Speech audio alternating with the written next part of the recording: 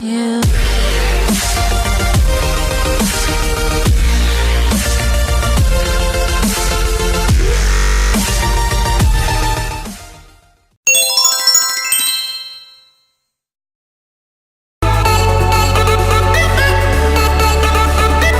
The 2010 season of Australia's Next Top Model was coming to a close, and it was time to announce the winner. The two remaining contestants, Kelsey and Amanda, stood on stage in front of an audience of over 2,000 people. It was also being broadcast live to hundreds of thousands of television sets across Australia. The host, Sarah Murdoch, was going to forego the tradition of reading the results from a card and instead chose to use an earpiece. Murdoch waited for the results from the producer. When she didn't get an answer, she decided to go with the last thing that she heard through her earpiece.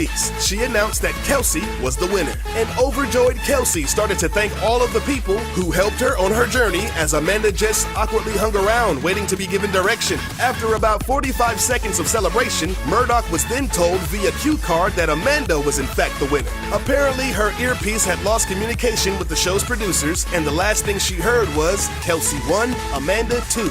Murdoch stood in disbelief over the whole ordeal and tried to hide her face behind her hand. With the now dead silent crowd, Murdoch eventually announced that Amanda was indeed the winner. After the initial shock wore off, both women graciously accepted the results and hugged one another on stage. Murdoch, still apologizing about the gaffe, tugged at the waistline of Kelsey in hopes of comforting her. After the show, Kelsey was awarded $25,000 as an apology for the mistake.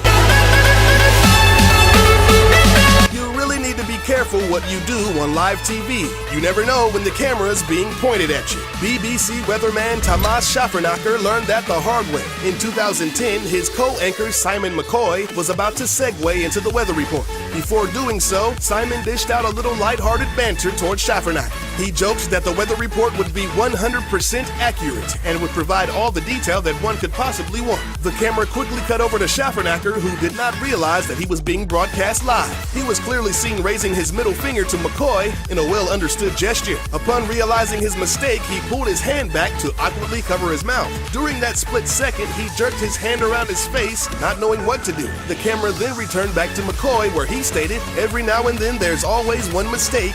That was it." And then he casually went on into the next story. A BBC spokesperson said that the corporation received several complaints. She stated that Tomas was not aware that he was on air, and whilst the gesture was only shown for a second, it was not acceptable. In the coming weeks, the station would experience what they described as labor cuts. Not surprisingly, Schaffernacher was one of the people who were laid off.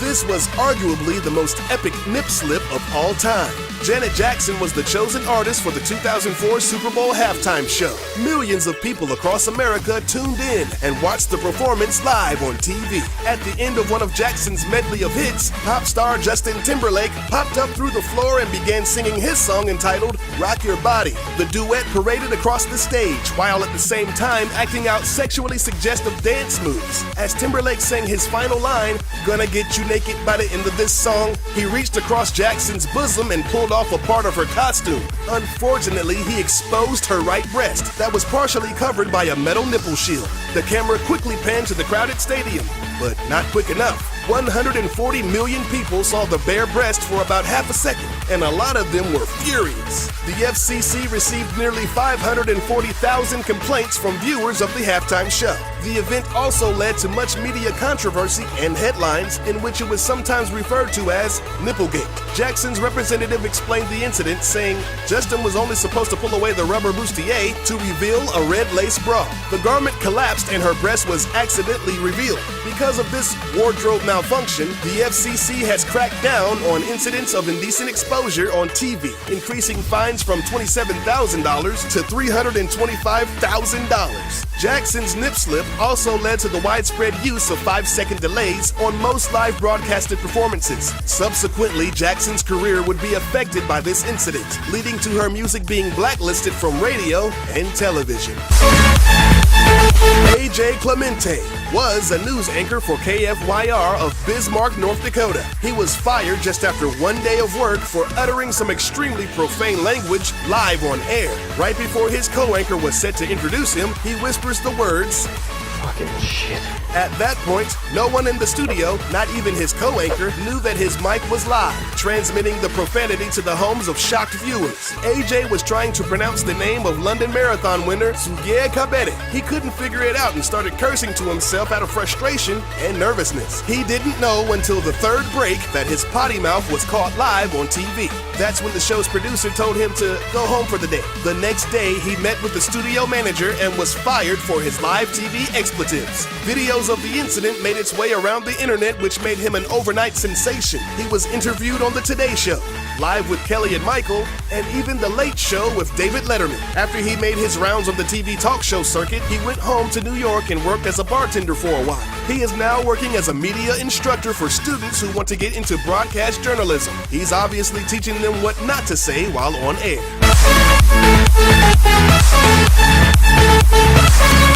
It was the mistake heard around the universe. On December 20th, the 2015 Miss Universe pageant was broadcast live on televisions everywhere. Every woman from their respective country was competing for the coveted title of Miss Universe. The host of the event, Family Feud Steve Harvey, and the two remaining contestants, Miss Colombia, Ariana Gutierrez, and Miss Philippines, Pia Alonso Wurzbach, stood on stage in anticipation of the results. Harvey read the card and announced that Miss Colombia was the winner.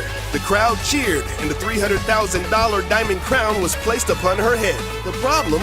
Steve Harvey read the wrong name. There was confusion and panic behind the scenes while Miss Gutierrez waved the Colombian flag on stage. After what seemed like an eternity, Steve was ushered back on stage to say that there had been a terrible mistake and that the actual winner was Miss Philippines. The crowd cheered once again as Miss Wurzbach shuffled forward. She was shocked, yet pleasantly surprised. The diamond crown was then transferred to Wurzbach's head, which would serve as the climax of this event's intensely awkward situation. Harvey offered more apologies and took full responsibility for the flub before strolling off the stage in embarrassment. Days after the incident, Harvey would explain that he was confused about the format of the card and the teleprompter. He claimed that the way the card was printed was not the way that it was presented in rehearsal. Although he had an outpouring of support from fellow celebrities, he was also the butt of many jokes and hilarious internet memes. He also received a litany of death threats from many disgruntled Colombians. But Steve took it all in stride, as he even poked fun at himself in a tweet posted on Christmas Day.